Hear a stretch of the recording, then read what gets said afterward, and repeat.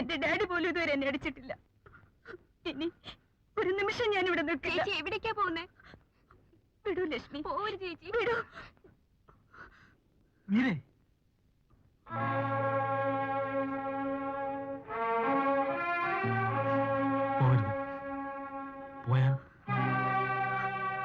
പോയാൽ നീ ദുഃഖിക്കേണ്ടി വരും. കിച്ചന്റെ കൂടെ ഇറങ്ങി തിരിച്ച അന്ന് മുതൽ ഞാൻ ദുഃഖിക്കുകയാണ്. എന്താ മോളെ?